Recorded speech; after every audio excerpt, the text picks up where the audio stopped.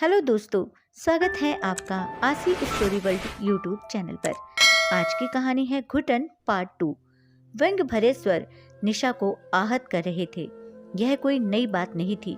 बचपन से लेकर आज तक शायद ही उसने अपनी तारीफ सुनी होगी, लेकिन आज उसे अपना पूरा अस्तित्व हिलता सा महसूस हो रहा था। उस पार्टी के बाद घर का सन्नाटा और बढ़ गया। माँ बच्चों के साथ उनके कमरे में थी और अमित निशा अपने कमरे में। मैं कौन हूँ अमित?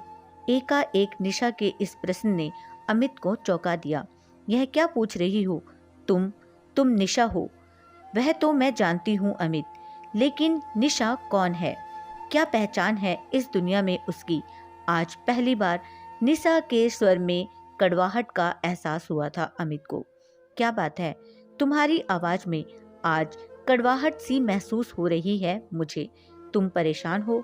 हाँ, परेशान हूँ मैं, क्योंकि मुझे खुद अपनी पहचान मिटती नजर आ रही है। आज फट ही पड़ा दिल में बसा वह ज्वालामुखी जो इतने सालों से सुलग रहा था। तुम होश में हो निशा? धीरे बोलो, कहीं मम्मी ना सुन ले। तुम्हें मेरी माँ की फिक्र है अमित, लेकिन मेरी नहीं। शादी के इतने सालों बाद भी तुम्हें अपनी पत्नी की फिक्र नहीं है। क्यों अमित, क्यों? क्योंकि निशा आनंदी नहीं है, इसलिए। यह क्या बकवास है निशा? होश में आओ। मैं होश में ही हूँ अमित। मैं तुम्हें साफ साफ बता देना चाहती हूँ कि निशा निशा है, आनंदी नहीं। निशा का भी अपना एक अस्तित्व है, अपनी पहचान है, अपनी जरूरतें हैं, अपनी इच्छाएं हैं, जो तुम कभी नहीं जान पाए। एक एक शब्द जहर से भरा था और कहीं ना कहीं उनका निशाना आनंदी ही थी, जो अब तक दरवाजे पर खड़ी उनकी सब बातें सुन चुकी थी। एक एक बात उन पर हथौड़े की तरह बरस रही थी और उनकी आंखें अविश्वास से फैली जा रही थी कि यह उनकी बेटी है, उनका अपना खून। बड़ी हिम्मत के साथ आनंदी ने अंदर पैर रखा। ये सब क्या हो रहा है निशा? बाहर तक आवाजें आ रही हैं। बच्चे सो रहे हैं, उठ जाएंगे, शांत हो जाओ। नहीं मम्मी, आज नहीं। बचपन से आप मुझे शांत कराती आई हैं, लेकिन आज मुझे जानना है कि क्या पहचान है मेरी, क्या जगह है अमित के जीवन में मेरी। किस तरह साबित करूं इस दुनिया में अपनी पहचान को? इतना गुस्सा, इतनी कड़वाहट, यह क्या हो गया है तुम्हें निशा? तुम पहले तो ऐसी नहीं थी। इसकी वजह भी आप ही हैं। बचपन से लेकर आज तक हर जगह आपने अपनी बेटी की भावनाओं को आहत किया है।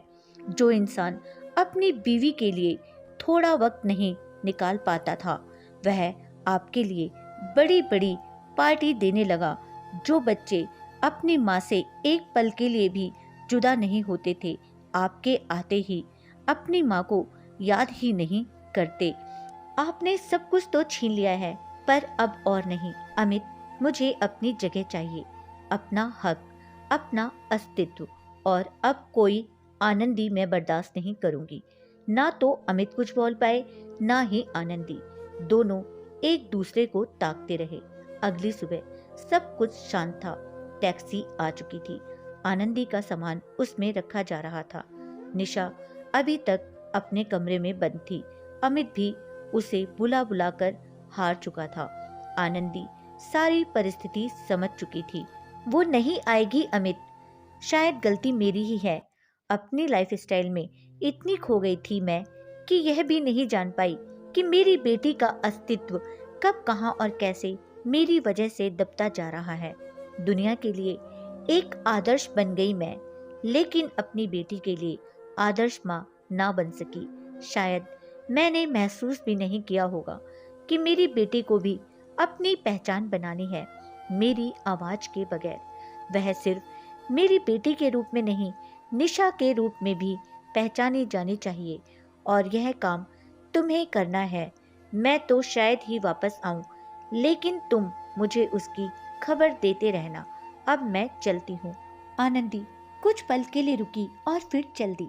निशा खिड़की से उन्हें जाते हुए देख तो रही थी, लेकिन उन्हें रोक नहीं पाई।